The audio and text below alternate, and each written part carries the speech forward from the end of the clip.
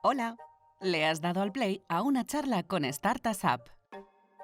Descubre con nosotros personas e historias inspiradoras del ecosistema emprendedor. Si eres una persona activa, creativa o con curiosidad, este es tu sitio.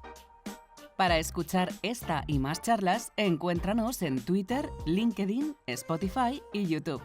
¡Empecemos! Bienvenidos un día más a Charlas con Startup. Hoy es la charla número 17 el día. 17. Muy bien, atento. Y hoy estamos con Marc Aldecoa. ¿Qué tal, Marc? Buenas, muy bien. ¿Cómo va? Yo también muy bien. Y con Javi Millet. ¿Cómo estás, Javi? Hola, ¿qué tal a todos? Bueno, para situarnos rápidamente, Javi y yo hemos ido al mismo colegio, entonces hace poco recuperamos contacto porque vi por LinkedIn que había terminado un proyecto muy chulo dentro de una empresa muy interesante que es Mercedes.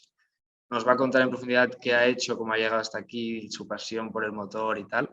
Pero conectamos a partir de ahí y ha surgido esta charla, así que encantado de tenerte aquí. Bueno, encantados. Gracias a vosotros por invitarme.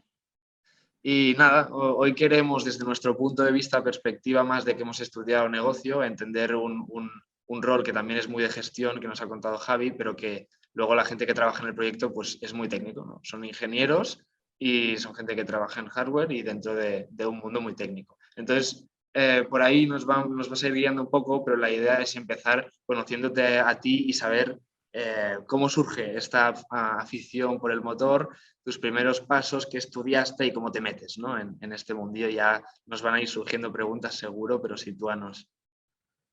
Pues para contaros un poco, yo fui al Zurich Schule, colegio que fue también Marc, y desde la ESO yo ya tenía en la cabeza lo de los coches, que siempre me habían encantado los coches. O sea, lo primero que supe decir fueron los nombres de las marcas de coches y todo esto me lo recuerdan mis padres. Y yo era bastante malo en la parte de mates y física en el cole, era un poco desastre. No era mal estudiante, pero no era alguien brillante. Y en la ESO, pues eso, yo quería la Fórmula 1 lo tenía muy metido en la cabeza. Y yo personalmente pues buscaba mucho cómo llegar, cuál es la mejor forma de llegar, ¿no? Y qué opciones tenías para conseguir pues trabajar en la Fórmula 1, que lo tenía como algo inaccesible y muy difícil. Entonces, en aquella época, para meterme en una ingeniería, o sea, estuve mirando y todo y vi que la mejor opción era pues, hacer o aeronáutica o ingeniería mecánica, y para ello pues, necesitaba meterme en el bachillerato tecnológico. Entonces fui a la escuela suiza y me metí en el bachillerato tecnológico habiendo, si no recuerdo mal, cateado mates con nuestro querido profesor Ramón y física. O sea, a luchar y a recibir palos, básicamente. Y buscando ahí un poco, pues vi que un poco hay muchas formas de llegar, y la que está más repetida es pues estudiar eso, ingeniería industrial o hay mecánica o aeronáutica, y luego pues meterse en un máster de motorsport, que les llaman, que son unos másters que conozco muchísima gente que luego llega a la Fórmula 1, pero al final en general no aprenden demasiado. Es decir, un poco que se aprovechan de tener el nombre, de tener los contactos, y que una vez estás dentro, pues te vienen los equipos de Fórmula 1 en sí pues, a buscar talento, pero tienes que ser de los mejores de la promoción para esto. Porque una cosa, Javi, cuando tú pensabas en la Fórmula 1, pensabas, quiero trabajar en ese ambiente, en esa industria, pero no te imaginabas un rol. Es decir, lo más probable es que siendo ingeniero me den un papel ahí, ¿no? No, la verdad que no. O sea, yo no sabía si iba a ser, yo qué sé, aeronavicista, ingeniero de pista. O sea, no tenía ni idea, la verdad. Tampoco sabía en qué era bueno y qué era malo. Sabía que se me daba bien presentar en público, hablar en público y todo, pero no, poco más. Entonces, en el bachillerato, pues tampoco me fueron demasiado bien las cosas en mates y física, no vamos a mentir. Luego lo bordé en lo que es la matura, que es como la selectividad suiza en el examen, al ver un poco los muebles, y me metí en ingeniería mecánica, en la UPC. Entonces, ahí buscando en foros y todos, una de las cosas que estaba tirando mucho y que valoraba muchísimo los equipos de Fórmula 1 era lo que se llama la Fórmula Student. Fórmula Student básicamente es una competición a nivel mundial, pues que las universidades diseñan y crean un coche desde cero para competir contra otras. Y te tienes que buscar las castañas sacarte las castañas del fuego para todo. O sea, buscar patrocinadores, buscar financiamiento, cómo gestionar un equipo, porque al final son todos estudiantes. Pero ahí compiten universidades públicas y privadas, ¿y cómo va el tema de presupuestos? Vosotros no teníais financiación de la universidad. No hay límite de presupuesto, es decir, que competíamos nosotros como UPC, que no teníamos soporte de la universidad, pues contra una universidad alemana, por decirte algo, pues que quizá tenía 1 millón cada año. Entonces depende puramente de lo que encuentres de sponsors y demás. Entonces yo el primer año pensaba o que me iba a encantar la aerodinámica. A mí me rechazaron varias veces del equipo. O sea, cuando no teníamos un equipo en nuestra uni lo intenté montar, me dijeron, no, hay otros chicos que lo están montando, tal. Intenté entrar, me echaron. Me metí de voluntario en la Fórmula 2 en Spain para hacer de scrutiner, que son los jueces que se encargan de mirar todos los coches, que estén bien y que cumplan normativa y todo. Hice fatal el test de entrada para ir al equipo, me echaron una segunda vez y a la tercera al final me dijeron, oye, mira, a pesar de tus test malos, tal, creemos que podría ser muy útil porque le metes muchas ganas, tal, es muy pesado, un poco lo de siempre. Yo soy una persona que cuando se mete algo en la cabeza, digamos, insiste mucho. Va por ello, sí. Entonces me cogieron cuando yo no era alguien que tuviese las notas que ellos esperaban ni las... quizá los requerimientos que tenía que cumplir, pero confiaron en mí. ¿Para qué confiaron en ti? ¿Qué ibas a hacer ahí dentro? Entonces yo empecé en el departamento de aerodinámica. Vale. Por la uni y todo. Y entré y en el primer año pues pringábamos. O sea, los que entraban nuevos se encargaban pues eso de hacer, por ejemplo, la carrocería del coche, que consiste en lijar y pasar digamos, pues estuvimos 2 meses, creo, para conseguir luego los moldes de las piezas de fibra de vidrio, etcétera, etcétera. Es un proceso bastante largo. Y de ahí, pues no había ningún departamento de refrigeración y yo pensé, pues mira, me puede interesar porque refrigeración es fluidos, que es un poco la aerodinámica, mezclado con transferencia de calor y todo, que era la asignatura que se me dio mejor en la carrera y la que más me gustaba. Y a la vez, pues a mí me gustaba mucho también encontrar patrocinadores y el primer año pues se me dio muy bien conseguir patrocinadores, llegamos a tener hasta 105, no solo míos, o sea, hubo mucha más gente, pero digamos que se me dio muy bien el rol de intentar promover el proyecto, buscar financiación y cómo conseguir pues que empresas de sectores distintos pues creyesen en nuestro proyecto, pues tanto para quizá promocionarse o quizás fomentar proyectos con universidades o incluso desarrollar tecnología. Por ejemplo, teníamos un patrocinador que quería desarrollar motores eléctricos con nosotros y todo. Y el segundo año... Perdona, esto en los sponsors, en cuanto a presupuesto o financiación, ¿en qué se traducía, ¿no? ¿En números? Por ejemplo, un equipo grande tenía quizás un presupuesto de 1 millón y nosotros, pues, en cuanto a dinero líquido teníamos poco.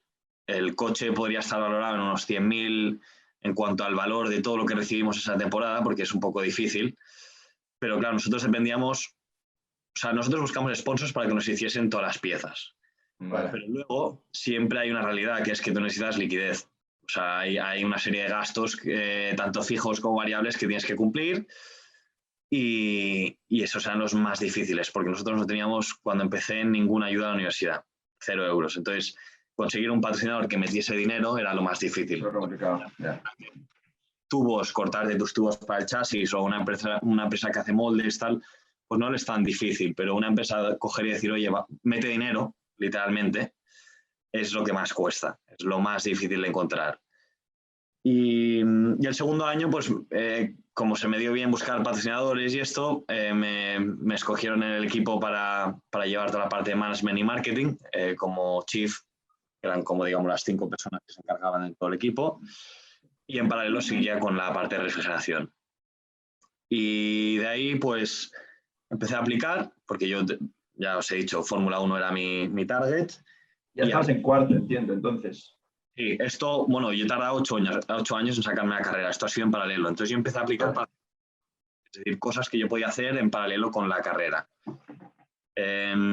Y también empecé a hablar con gente que estaba en la Fórmula 1. Y lo que vi muchas veces es que como todo el mundo se obsesionaba en esto de ir al máster de motorsport y hacer todo un poco la ruta que hace todo el mundo para llegar a la Fórmula 1, la realidad es que yo tenía las notas que tenía. Entonces yo no podía competir contra gente con mejores notas y imagínate, te dan 50 currículums, todos que han hecho el máster de Oxford Brookes, que es uno de los famosos. Está Cranfield y Brooks.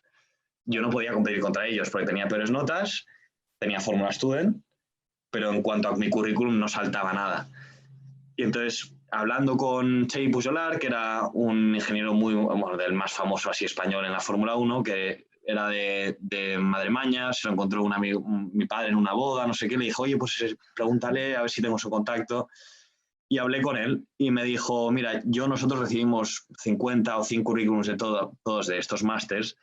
Al final es muy difícil cómo diferencias uno de otro. Pues tienen el mismo perfil, han hecho Fórmula Student, han hecho el máster, porque cada vez más gente se mete en la Fórmula Student.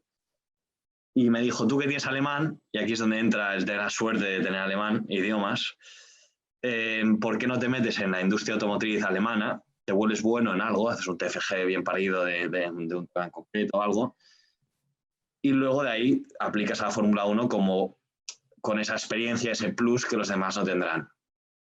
Y eso es lo que hice, pues primer año apliqué a Mercedes Fórmula 1, me echaron, llegué al test psicotécnico y lo hice fatal.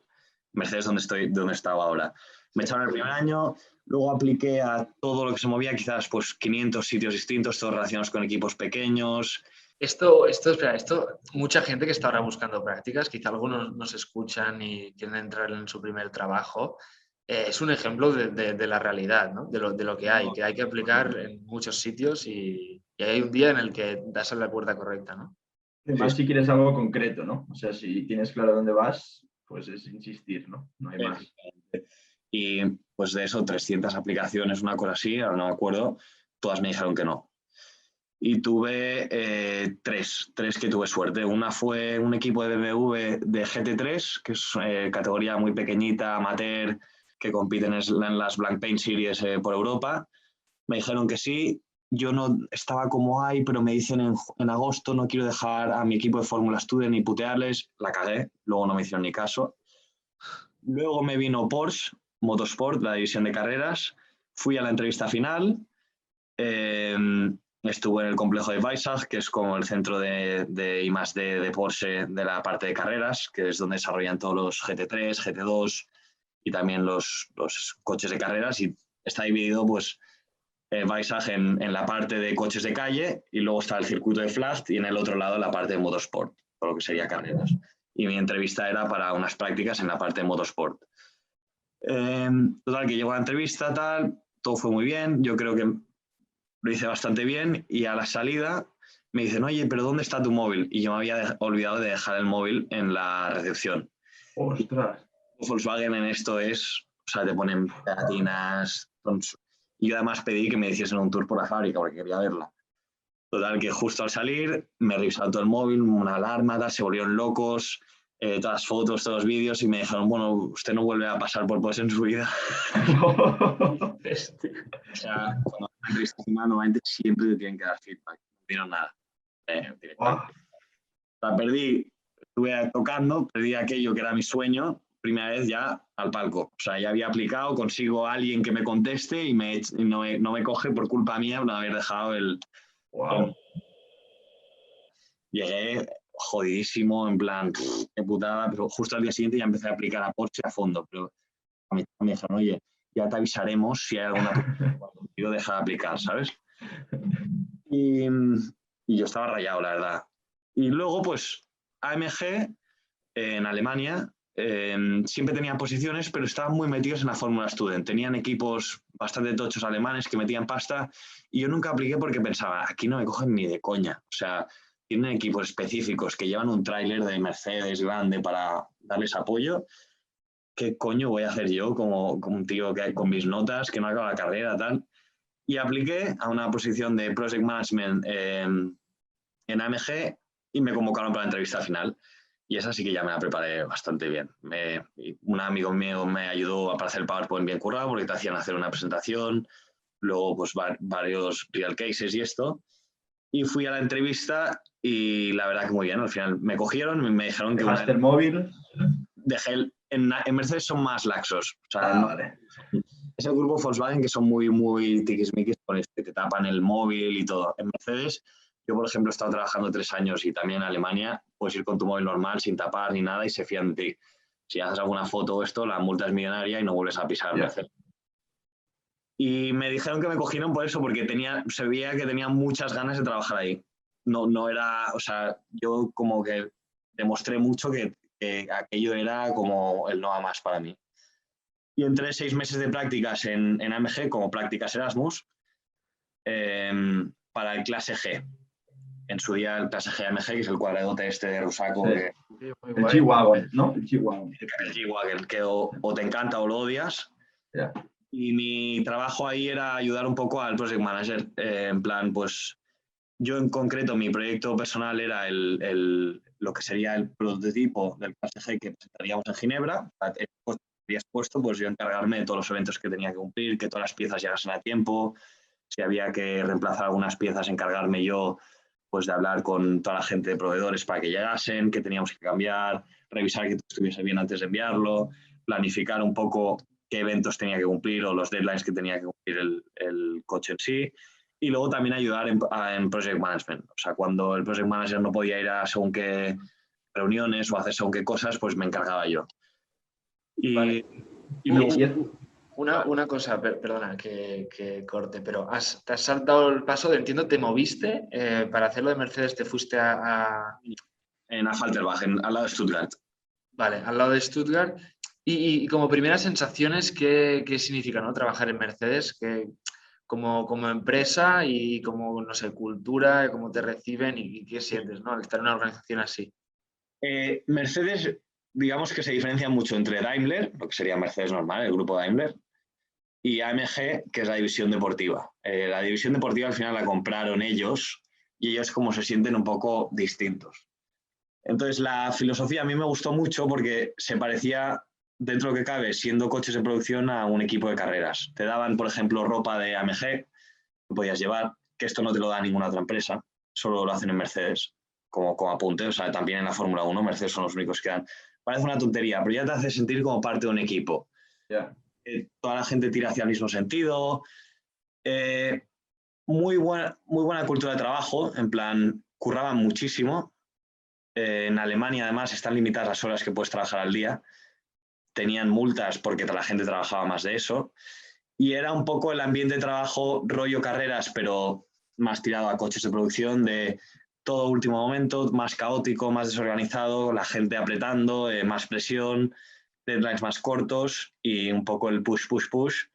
Y el moto que tenían era en alemán Vollgas AMG, que es básicamente gas a fondo AMG.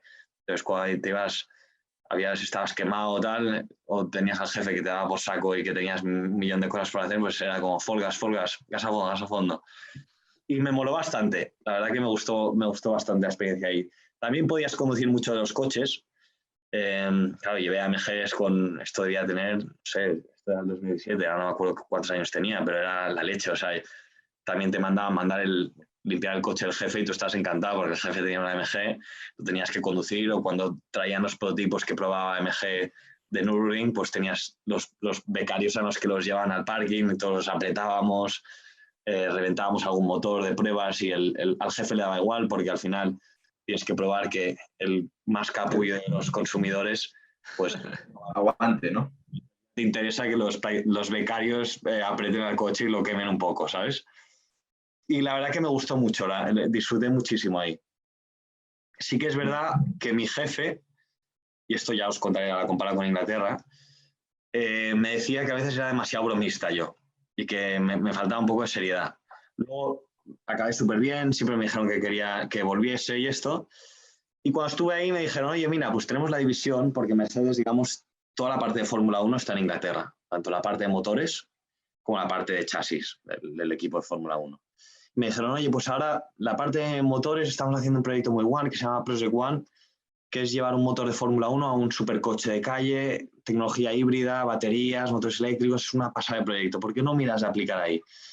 Entonces apliqué la segunda vez ya, y esta vez, como ya había pringado el año anterior y sabía lo difícil que era el test psicotécnico, me lo preparé muy bien.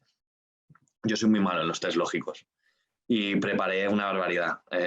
Estuve con un amigo mío, se la daban súper bien y practicando y al final lo pasé, que era un poco lo que me daba miedo porque en la entrevista personal normalmente se me ha dado mejor. Y fui, mientras estaba en AMG, a una entrevista para empezar al año siguiente, unas prácticas en Inglaterra, en la división de motores de Mercedes de Fórmula 1, para este proyecto del Project One.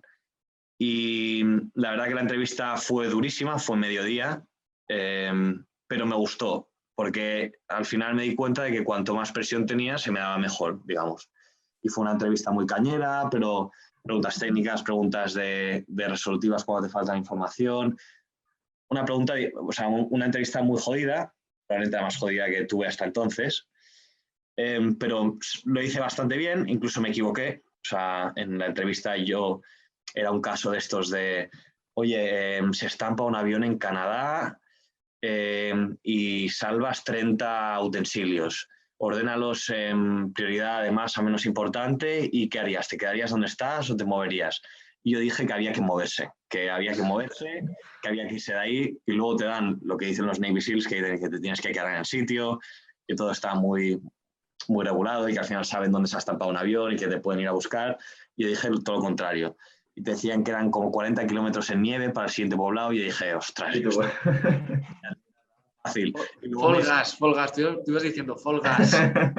Y luego me dijeron, pero tú sabes lo que son 40 kilómetros con la nieve hasta las rodillas. Y yo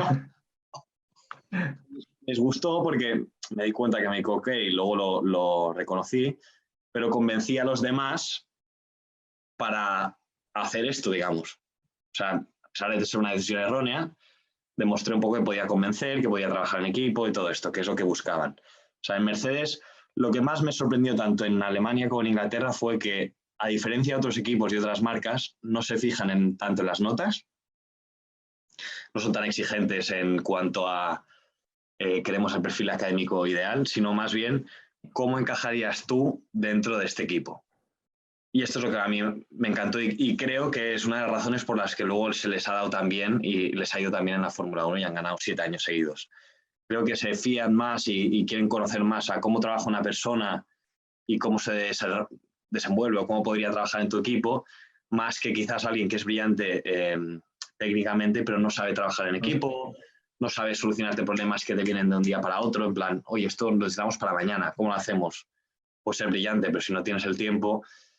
Gente resolutiva y yo creo que esto lo valoro muchísimo en Mercedes y gracias a ellos yo no tenía notas buenas, pero me cogieron por haber estado en AMG y estuve en AMG por la Fórmula Student y por saber alemán.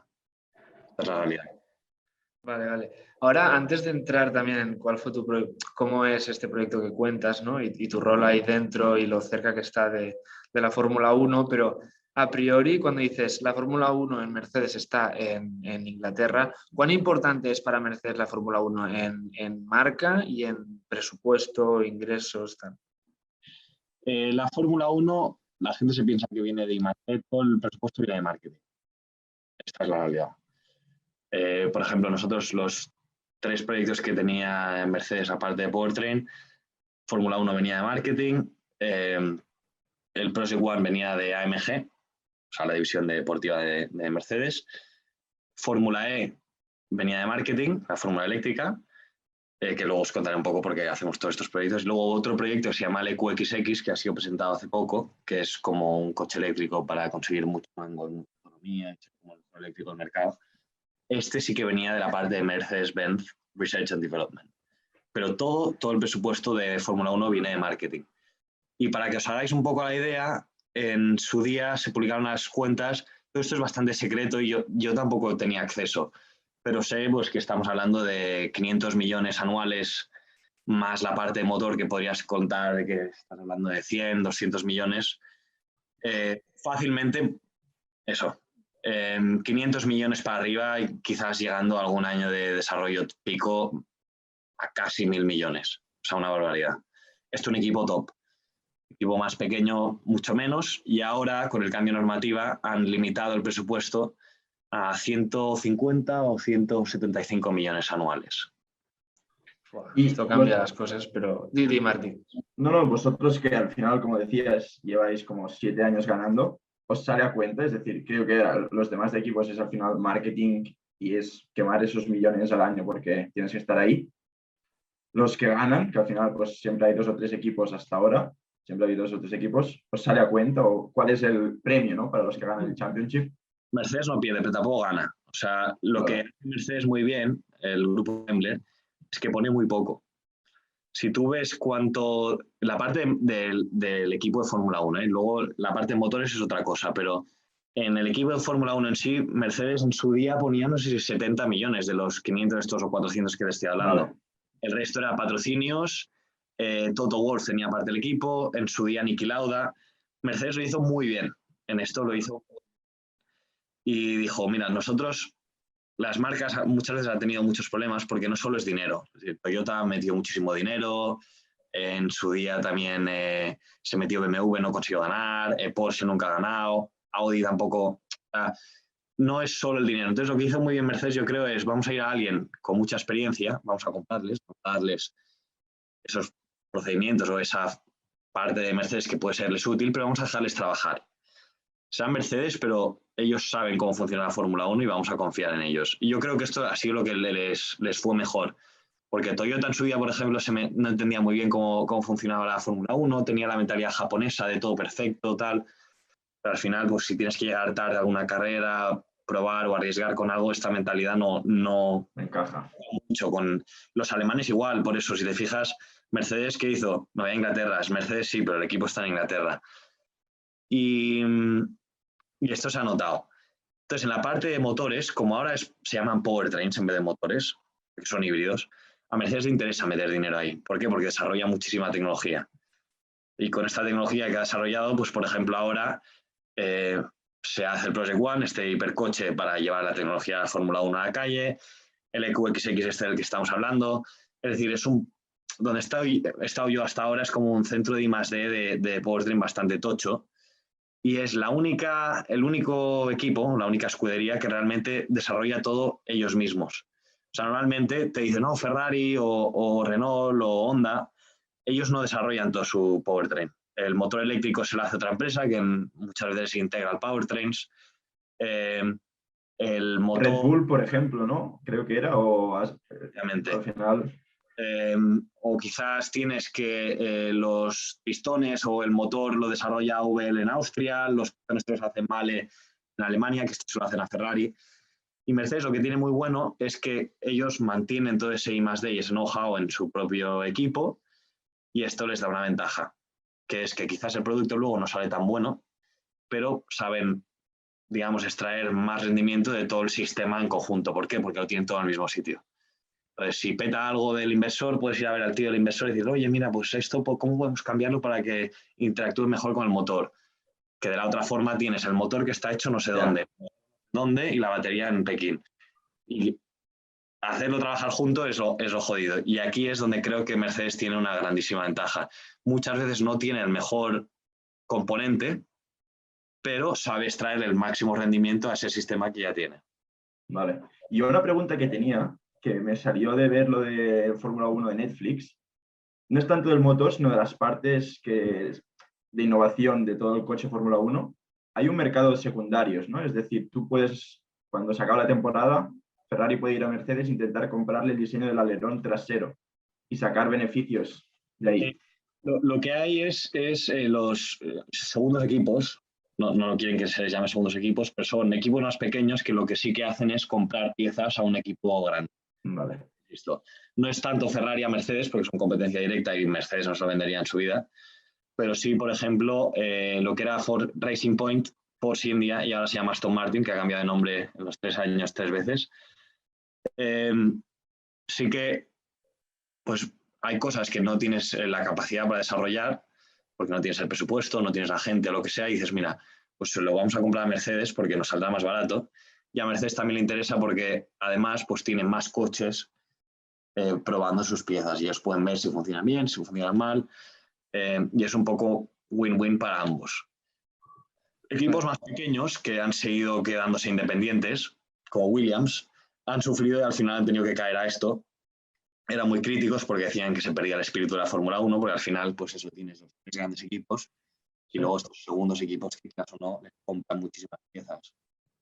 Pero sí, esto ahora mismo se hace y por ejemplo, el Alfa Tauri, por decirte algo, que es el segundo equipo de Red Bull, el chasis y la aerodinámica es distinto, pero el resto del coche es un Red Bull casi. Vale. ¿Y tú crees que esta dinámica ¿Es algo que se quiere frenar con las nuevas restricciones de ahora o regulaciones de ahora o este equilibrio que se quiere conseguir? Como un poco democratizar esto y que no haya tanto poder por parte de los que siempre lo han tenido. O sea, han puesto el límite de presupuesto, pero por ejemplo, el powertrain no tiene límite de presupuesto, es decir, lo que sería el motor, de momento no está limitado. Se está hablando de que quizás lo limitarán.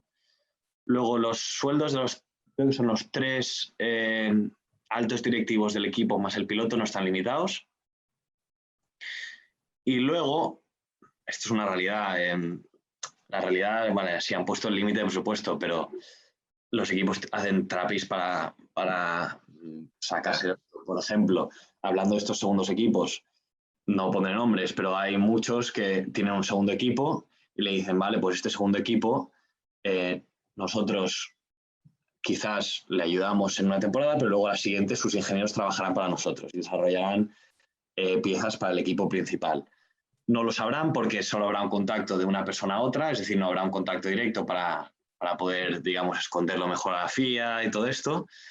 Pero, pues yo qué sé, el equipo, un segundo equipo de cualquier equipo grande, pues quizás estará desarrollando piezas para el principio para ellos. O decir que trapis hay muchísimo, es muy difícil de controlar. Yo creo que seguirá abriendo un dominio de los equipos grandes.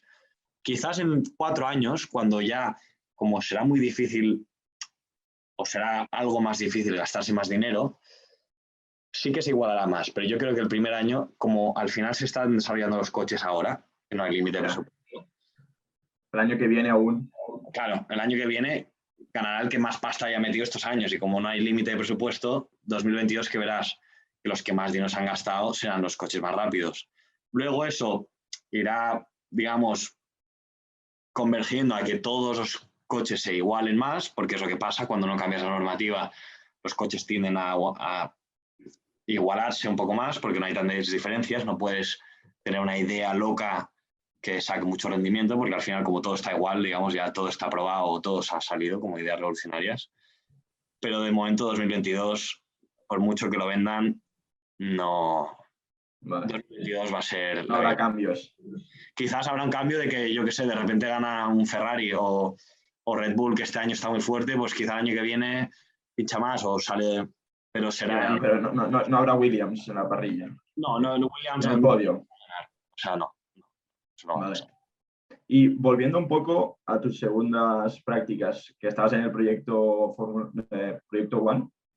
Entonces igual, sí. Exacto, que al final era rascar la innovación de la Fórmula 1 a la calle, ¿no? Entonces la pregunta es un poco, ¿esto es algo que se hace recurrentemente o era algo súper puntual?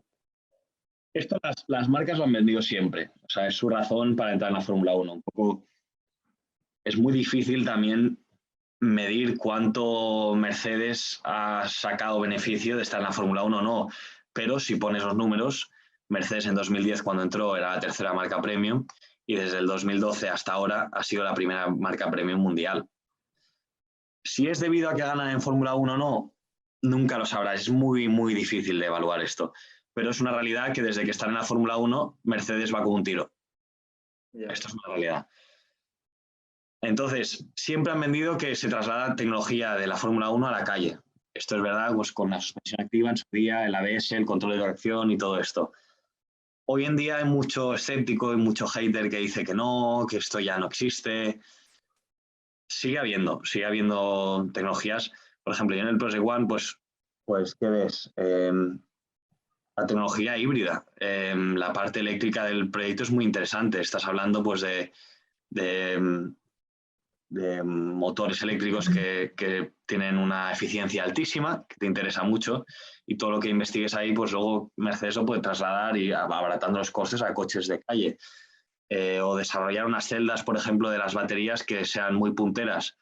Si eso luego sale bien, pues lo puedes trasladar a tus coches de calle. Pero también es verdad y es una realidad que las carreras tienen necesidades muy distintas a los coches de producción. Por decir algo, un coche de carreras, pues el motor debería cubrir 10.000 kilómetros y pues es un coche de calle, tiene que llegar como mínimo a 100.000. Y el Project One es uno de los problemas que estábamos teniendo. Ahora que me he ido, pues, pero básicamente era cómo conseguir que un motor de Fórmula 1 pues aguante 60.000 kilómetros. Es muy difícil. Cómo conseguir que un motor de Fórmula 1 se encienda en las temperaturas de Dubái, con las tolerancias tan difíciles que tiene un motor de Fórmula 1, que tiene unas tolerancias mucho más pequeñas comparadas con un motor normal, y que luego sea capaz de rodar en Suecia a -20. Esto es muy difícil. Cómo hacer que pase las emisiones, cómo hacer que aguante el motor al ralentí. Todo esto son los grandes problemas que ha tenido este proyecto. Pero a la vez, pues oye, quitas el sombrero por Mercedes por ser una marca, pues con tener un poco la ambición de decir, oye, mira, pues vamos a llevar toda la tecnología de Fórmula 1 a un coche que hay, aunque sea una barbaridad, y un coche que vale 3 millones, pues es un paso. De ahí, al final, va... Esto desde el punto de vista de la gente, o sea, no técnica, ¿tiene sentido para Mercedes intentar adaptar el motor de Fórmula 1? La vía de hacerlo directamente, oye, vamos a las condiciones exactas que necesita un motor para lo que tú cuentas. Bueno, terrenos muy diversos y mucha más autonomía y tal. ¿Por qué adaptarlo de la Fórmula 1? Yo me lo estoy imaginando un poco coger el motor y decir, a ver cómo encaja en esto de otro formato, o es simplemente más conceptual decir, mira, estos temas se pueden aprovechar e implementar dentro de un motor que ya estamos usando para un coche. No tiene ningún sentido, más que nada porque es un motor que no está diseñado para ir por la calle. Es más una forma de enseñar de lo que es capaz Mercedes, un poco pues poner encima pecho, ¿no? de lo que son capaces y decir, mira, nadie lo ha conseguido hasta entonces, pues nosotros vamos a ser los primeros. También te digo, la realidad es que el proyecto se presentó en 2017 y seguíamos desarrollándolo y teniendo muchos problemas. O sea, incluso con el dinero de Mercedes y con todos los recursos y esto, es muy difícil. Porque estás haciendo con un motor pues, que trabaja a temperaturas muy altas, presiones muy altas, un periodo muy corto de tiempo, tenga que hacer completamente lo contrario. Yo qué sé, para poneros en un poco la idea, es un 1.6, o sea, el motor que tendría un Corsa, un Fiesta, que se va a extraer la potencia de un superdeportivo. Estamos hablando de 600 caballos. Es decir, ahora el motor más potente por litro es el AMG, el A45, que creo que tiene 210 por litro, 210 caballos, y este motor va a tener 360 caballos por litro. Es decir, que en un litro literalmente un litro es un Tetrabric de algo de ese tamaño, sí. 360 caballos, o sea, lo apretado que está, es una barbaridad. Aún no salen las cifras oficiales, o sea, esto va a llegar un poco más o menos, pero irá apretado muchísimo, tendrá muchísimas más temperaturas, problemas, por ejemplo, cuando tienes que llevarlo pues, lento para ir a comprar el pan, por decirte algo. Los motores de Fórmula 1 hasta ahora, Mercedes sobre todo, los encendía con una... Básicamente tienes que tener algo que gire el cigüeñal y que lo encienda.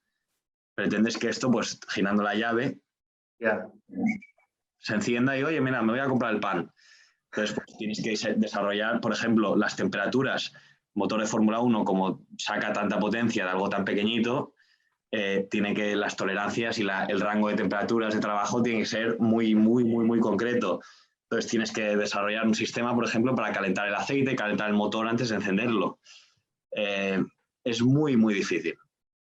Pero bueno. Oye, volviendo a la Fórmula 1, ¿tú has vivido lo que es la experiencia de un fin de semana de competición y tal? No, yo no he ido a carreras, no, la verdad que no. Nos invitaban, pero tuve la boda de mi mejor amigo, o sea que justamente no he ido. Al Gran Premio de Silverstone, cada año a toda la fábrica, digamos, les invitan, pues el día de los entrenos, va a toda la fábrica. Pero la verdad que a mí me sorprendió que no, o sea, que no hubiese más opción de llegar a las carreras o sea, te dan 50% de descuento, por ejemplo, para ir a las carreras. Vale. Pero poco más. Lo que sí que es verdad es que tienes muy buenos insights. Cada lunes después de la carrera te dan un debrief. Te explican cómo ha ido el fin de semana, qué problemas tuvieron el viernes, el sábado, el domingo. Y la verdad que es divertido porque comparas la realidad con lo que dice la prensa y te das cuenta de que la prensa, bueno, o sea, se lo inventa literalmente todo. Y les gusta salseo, tal, cuando muchas veces no lo hay. Y sí que hay pues, detallitos que Mercedes se lo curra mucho y otros equipos no lo tienen. Por ejemplo, esto, cada lunes, después de una carrera, te explican cómo ha ido todo el fin de semana, y esto es algo que otros equipos no tienen porque no se fían del trabajador, no se fían de que no lo vaya quizás a decir alguien de fuera de la empresa. Tienes cada semana un viernes un mini debrief, como 3 páginas, donde te explican qué problemas hay pues, con los motores actuales y los que estás desarrollando para el futuro, el fin de semana. Tienes unos insights y una información súper importante sobre el equipo de Fórmula 1 que no tiene otras personas, y se fía mucho de ti, que es lo que os decía antes de Mercedes, que a mí me sorprendía mucho que Mercedes no te tapa las cámaras ni nada, sino que puedes ir con tu móvil por toda la fábrica y no hay leaks, no hay fugas ni nada. O sea, esto la verdad que me sorprendió bastante. Y aparte de esto, si ganas la carrera, por ejemplo, también Mercedes ocurra mucho, todo el mundo se pone una camiseta que se llama GP Winners, verde, y entonces todo el mundo va a la fábrica de verde, te dan champán cada lunes si ganas la carrera, y entonces todo el mundo abriendo champán. Entonces, claro, son cosas bastante especiales. Todo el mundo lleva la ropa de Tommy Hilfiger, esta de Mercedes, que los otros equipos no lo tienen, y son detallitos que al final pues sí que hacen que te sientas como que formas parte de ese equipo, y eso está muy bien. O sea, hay gente en Mercedes que lleva 7 años cada lunes bebiendo champán, ¿no? No, pero como campeones, sí. La verdad que les ha ido muy bien. Y una pregunta que teníamos, y creo que no sé si con el debrief lo ves, es cómo se divide la presión en un fin de semana, ¿no? Entiendo que durante la pretemporada hay mucha presión para el equipo de ingenieros en que todo esté a punto, y durante el fin de semana es mucho más en el equipo, en Toto o en los corredores, en los pilotos. Pero ¿cómo se vive, no? Si realmente los ingenieros tienen también mucho peso durante el fin de semana. Normalmente la Fórmula 1, lo que es la parte de fábrica, el periodo más difícil es desde que se acaba diciembre, la última carrera, hasta los test en febrero y la pretemporada, la primera carrera en marzo. Esos 3 meses es lo que se llama digamos, el momento más loco de los equipos de Fórmula 1, y donde pues, se trabaja fin de semana, muchísimas horas, se intenta sacar todo lo posible, y es donde realmente las fábricas como que se cierran en sí mismas y ves pues eso, una presión altísima por parte de fábrica. Luego, durante la temporada, en la parte de powertrain, por ejemplo, había 3 updates de motor. Entonces, antes de esos updates era cuando era la parte de más presión o más frenética. Ahora ya no hay, lo han reducido, solo puedes sacar un motor a principios de temporada y es el que llevas toda la temporada. Por tanto, ya no hay esos updates durante la temporada, por tanto, se vuelve como más tranquila la temporada y ya pensando en el motor del año siguiente. Y en cambio, en la parte del equipo de carreras, esos meses son vacaciones de campeón, de no hacer nada, o bastante poco, y luego tu presión viene cuando tú llegas un viernes. El viernes, por ejemplo, la gente que está en el equipo de carreras, pues el viernes es el día más jodido, porque el viernes tú estás intentando preparar, ver cómo se comporta el coche con las condiciones del circuito en concreto, feedback de pilotos, trabajar, ver cómo puedes cambiarlo para la segunda sesión de entrenamientos, toda la noche trabajando. Si un piloto, por ejemplo, se estampa el coche, es una putada. Básicamente tienes que desmontar el coche, trabajar. Los mecánicos están además pringando muchísimo. Luego el sábado tienes un último momento de hacer algunos cambios en el Practice Tree, pero muy pocos, porque ya deberías tener un poco la idea de cómo vas a preparar tu coche para la clasificación y cómo lo vas a preparar para la carrera en función del ritmo que has tenido el viernes. Por eso es tan importante cuando un viernes no puedes salir a pista, si resulta que tu piloto lo ha estampado, no se te enciende el coche o cosas así, pierdes un tiempo valiosísimo, porque el viernes es el día realmente donde tú ves cómo se comporta tu coche y cómo sacarle el jugo a lo que tienes. Por eso muchas veces, cuando veis que Mercedes no está el viernes, o no significa nada. El viernes al final es el día de probar cosas, ver cómo se comporta el coche, si le pongo un poco más de ala adelante, detrás, ver si va con el neumático medio, el blando, y hablar mucho con el piloto, sacar todo, o sea, y entonces el sábado es cuando realmente ya pues, tienes el pescado vendido. Te la juegas, ¿no? Es que mucho, porque antes había límite, o sea, ahora no recuerdo muy bien cómo funciona el fin de semana, porque no estoy tan tan cerca de ello, pero ahora creo que han puesto límite y la noche, no sé si el viernes al sábado y el sábado al domingo seguro, no pueden trabajar los mecánicos. Antes era una locura. Cuando ibas a un fin de semana de Gran Premio, la gente del equipo trabajaba 24/7, literal, toda la noche trabajando. Y ahora, para proteger un poco al trabajador, lo que se ha hecho es, por las noches se cierra todos los boxes, no puedes tocar el coche hasta el día siguiente a las, no sé si son 9 de la mañana, por decirte algo. Y luego, en fábrica, está lo que se llama el Trackside Office, que sería pues una oficina donde cada vez se envía menos gente a las carreras para ahorrar costes. Entonces tienes a gente directamente conectada con radio, con el piloto y con toda la gente aparte de Trackside en el circuito. Y bueno, pues monitorizar cómo se comporta el coche, ver sobre todo pues que no tengas, por ejemplo, problemas en la parte del motor, que es lo que yo sé, pues tienes un equipo de ingenieros bastante tocho en fábrica, hasta las 6 de la mañana, si es en Melbourne, por decirte algo, todos conectados con radio, con acceso directo al piloto, a todos los datos del coche en ritmo o sea, al instante. Aquí venía un poco nuestra siguiente pregunta, ¿no? Que era, ¿qué nivel de conocimiento sobre el coche o técnico tiene el piloto, ¿no? Porque al final él tiene el volante que tiene 1000 botones y por radio le van diciendo modo 6, modo 11, ¿no? Esa es una. Y la segunda es cómo de complejo es el software que hay detrás, ¿no? Para que toda la información en tiempo real esté a miles de kilómetros monitorizándose por estos ingenieros, ¿no? La primera depende del piloto, pero aquello que te hablan de que el piloto pone a punto el coche, tal... Ya. Sí que es verdad que hay pilotos que son muy buenos dando o sea, yo al final esto hablo por lo que me han contado. Yo la realidad es que no lo sé, no he trabajado directamente, pero conozco mucha gente pues, que ha estado trabajando en estrategia o que ha estado trabajando como race engineers y esto. Al final ellos te van a decir cómo se comporta el coche. Un piloto muy bueno pues te puede dar un feedback. O sea, hay pilotos que, digamos, cuando te hablan, dicen lo que ellos piensan y lo que ellos notan. La labor del ingeniero será traducir esto que me está contando el piloto, cómo traduzco a la parte técnica, cómo hago esto, trasladarlo al coche. Y esto es lo más difícil, lo más importante que tiene la labor de un ingeniero de pista, por decirte algo. ¿Cómo traduzco yo lo que me está contando el piloto? Que a veces el piloto se equivoca. O sea, dice, oye, no noto rápido el coche, resulta que está yendo más rápido que con el otro setup, por decirte algo. Y luego hay dos perfiles de pilotos, según me dijo un amigo mío de la empresa que estuvo trabajando muchos años en estrategia, que me decía, por ejemplo, Rosberg y Hamilton hacen mucho caso a los ingenieros. Rosberg era muy de equipo, muy de realmente trabajar en equipo, dar mucho feedback y tal. Pero luego me decía, y los pilotos latinos eran un drama. Me dice, Massa o Maldonado, porque claro, el motor Mercedes en su día lo llevaba Williams y tenían que trabajar con ellos también. Eran horribles, me decía.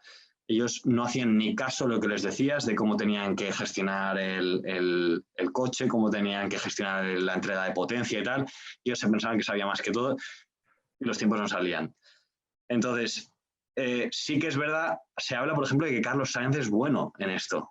Que es muy bueno, pues, él, si os fijáis, siempre se ha mudado a vivir al lado de la fábrica, que esto no lo hacen la mayoría de pilotos. Oye, la realidad es que los pilotos están en Mónaco, la mayoría viviendo, y a Hamilton o Bottas quizás viene 2 o 3 veces al año a la fábrica de motores, o sea, poco. Influencia en el diseño del coche, poco. Pero quizás Carlos Sainz pues, es un perfil de piloto pues, que le gusta mucho meterse, dar mucho feedback, y puede ser. La realidad es de lo que yo he vivido, el piloto conduce y encárgate de hacerle un coche rápido. Y luego ya sí que es verdad que el fin de semana, pues el ingeniero trabaja con el piloto para ver cuál es el setup o cómo hacer la puesta a punto del coche para que se comporte de una forma que le vaya mejor al piloto. Hay pilotos que les gusta, por ejemplo, que el coche sea muy neutro, otros que se vayan un poquito de adelante para darle seguridad, otros que se vayan mucho de atrás y les gusta mucho culear. Y esto cada piloto tiene un estilo distinto. Y luego, en cuanto a tema de software, la potencia y todo lo que se utiliza es una barbaridad. De hecho, tengo un amigo que está trabajando en software y bueno, una de las ventajas que tuvo Mercedes, por ejemplo, en la parte del Energy Deployment, que se llama, que es el cómo al final tú tienes el motor de combustión interna y luego la parte eléctrica o híbrida. Pues él se encargaba, o este software se encargaba de ver cuál es la forma óptima de dar esa energía eléctrica en una vuelta. Por ejemplo, pues antes de una recta te interesa dar al máximo de energía. ¿Por qué? Porque significa que esa ganancia de tiempo la vas a extender durante toda la recta. Una recta es muy importante porque una recta es muy larga y es mucho tiempo que estás ganando tiempo, mucho espacio. Entonces estás ganando mucho tiempo por vuelta ahí. Pero al final de recta no te interesa. ¿Por qué? Porque cuanto más rápido vas, tienes tanta resistencia al viento que meterle más chicha no tiene ningún sentido y no estás gastando energía para nada. Pues ahí cortas. Y esto, pues los de software son unos magos porque se encargan, pues eso, de ver en cada circuito cuál es la mejor estrategia, digamos, del energy deployment para hacer una vuelta rápida. ¿Y tú crees que hay aquí, por ejemplo, el I+D de software, sí que se puede trasladar un poco al coche comercial? Ahora que hay cada vez el tema de baterías eléctricas, optimización en que aguante, autonomía y demás. Sí. Mira, de hecho, un amigo mío de Mercedes que se encargaba de esto hizo el software para la gestión de la energía de las baterías del EQC. Hace muchos años, cuando se hacía esto, que era hace 5 años, y ahora el EQC ha salido al mercado. Son requisitos distintos. Al final, en vez de cómo mejorar el tiempo por vuelta, pues es cómo ahorrar energía, pero al final lo tienes que optimizar de una forma u otra. O sea que sí, totalmente. O sea, aparte de la parte de hardware o otras cosas que comentabas antes, también la Fórmula 1 sirve para estas marcas en la parte software, ¿no? Entiendo que en seguridad y tal, monitorización de accidentes. Sí, de hecho en la parte de software hay mucha gente pues, que trabaja mucho con MATLAB, por decirte un software. Pues gente que es muy buena en MATLAB, al final te servirá en Fórmula 1 y te servirá en cualquier otra empresa. Es gente que hay muy poca, que está muy valorada y es un perfil que ahora está pues tirando, va como un tiro. Es mucho más que yo, por ejemplo, como ingeniero mecánico. Oye, y yendo más a lo general, a la industria y hablando de motores híbridos y tal, ¿cómo ves en el plano de coche de particulares, privado, la adopción del coche eléctrico, el ritmo al que está llegando? ¿Crees que es el coche que vamos a usar dentro de unos años? ¿Hay otro tipo de motor que vale más la pena? A ver, la ventaja del coche eléctrico en cuanto a cómo funciona y todo es que es muy simple. El motor eléctrico es súper sencillo y es muy eficiente. Es decir, la pérdida de energía, o sea, Vale. un powertrain eléctrico muy bueno, por ejemplo, de competición como los de Fórmula E, pues estaría casi en el 98-99% de eficiencia. Es una locura. Es decir, de toda la energía que sacas a la batería, casi todo va a la rueda. Es una barbaridad. Traducido a coches de calle, pues quizás podrías llegar a un 90%, pues que significa que es una unidad de potencia muy, muy eficiente. Entonces esto está muy bien. Yo creo que el problema será las baterías. Como todo, al final, las baterías ahora que tienes, pues que tienes que sacarlas, extraer los materiales base, digamos, de minas. Esto es una realidad, pues hasta que no se investigue y se cambie el material para abaratarlo, para hacerlo más ligero o para hacerlo sostenible, pues tienes que tener minas, que es uno de los grandes problemas o críticas al coche eléctrico. Luego el coche de combustión no es eficiente, pero al final tiene muchísimos más años de desarrollo detrás. Es la ventaja de la autonomía. Se está hablando de los combustibles sintéticos. Yo creo que esto es más una forma de contentar a gente como a mí, que me encantan los coches, y a clasicómanos de Porsche para que puedan seguir llevando su coche clásico por las calles. Se habla del hidrógeno también. El hidrógeno, hay mucho hater que dice que no sirve para nada porque tienes que cambiar toda la infraestructura.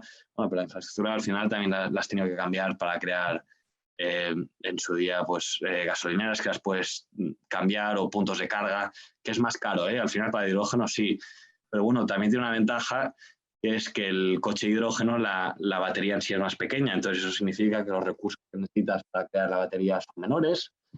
No necesitas, en vez de una batería de 1 tonelada, pues necesitas que sea una más pequeñita, la puedes ir recargando con el hidrógeno. A mí, yo personalmente soy bastante fan del hidrógeno, sobre todo para camiones. Creo que está muy, muy bien.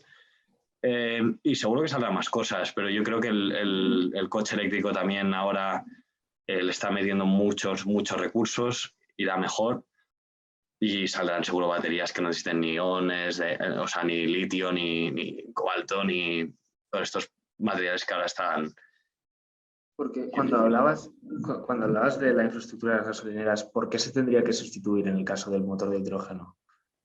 Porque claro, al final el hidrógeno, el problema más grande que tienes es cómo lo almacenas.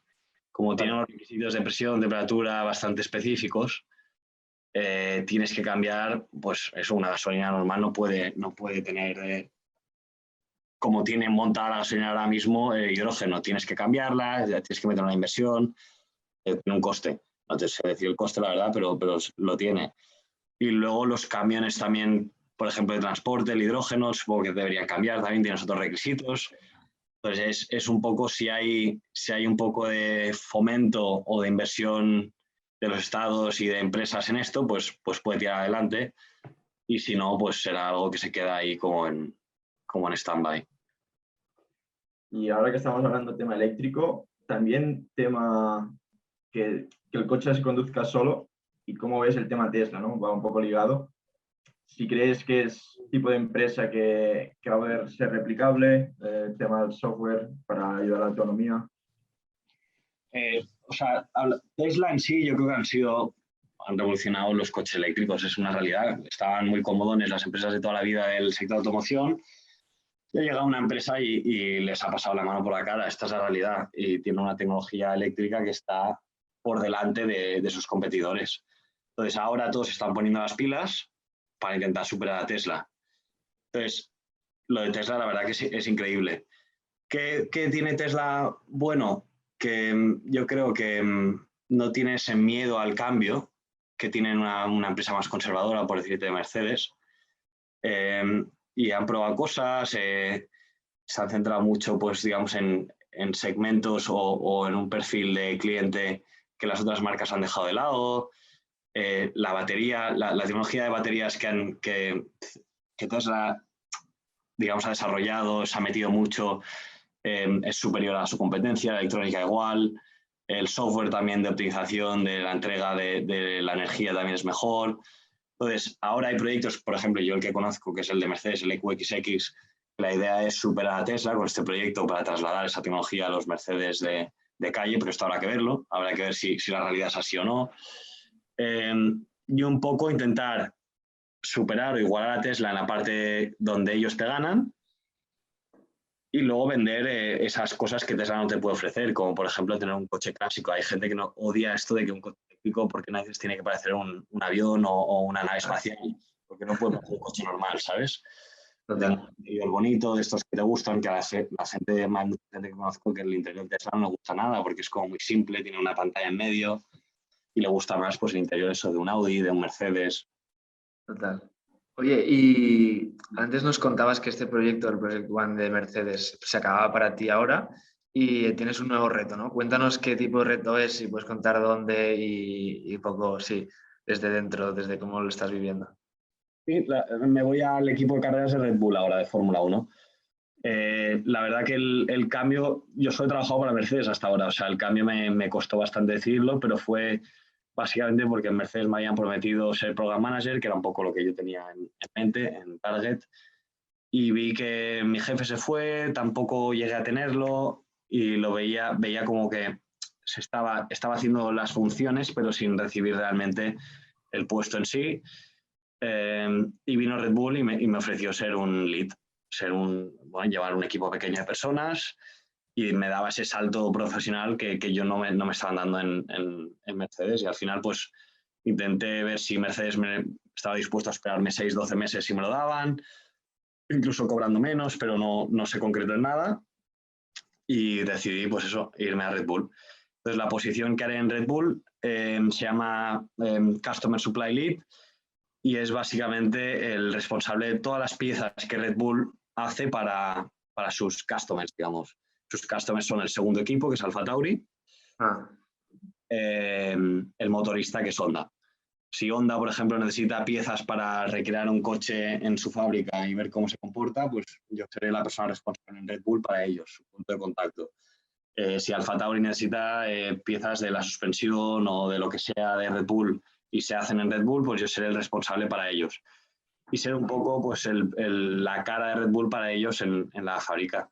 O sea, bastante responsabilidad, bastante visibilidad. y estoy un poco cagado, pero bueno, con ganas también. ¿Te mueves o te quedas aquí en Inglaterra? Me quedo en Inglaterra. Red Bull también está, todos los equipos están o en Italia o en Inglaterra. Vale. Menos Sauber, que está en Suiza. Pues nada, hasta aquí la entrevista con Javi. Creo que nos ha descubierto un mundo que yo al menos desconocía bastante y que pinta que evoluciona muy rápido. Así que gracias por el tiempo y hasta la próxima. Gracias a vosotros.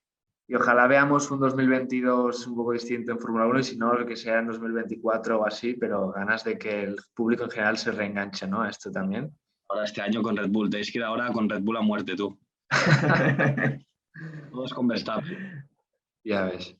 Vale, gracias Javi. Un abrazo. Adiós, chao. Adeu.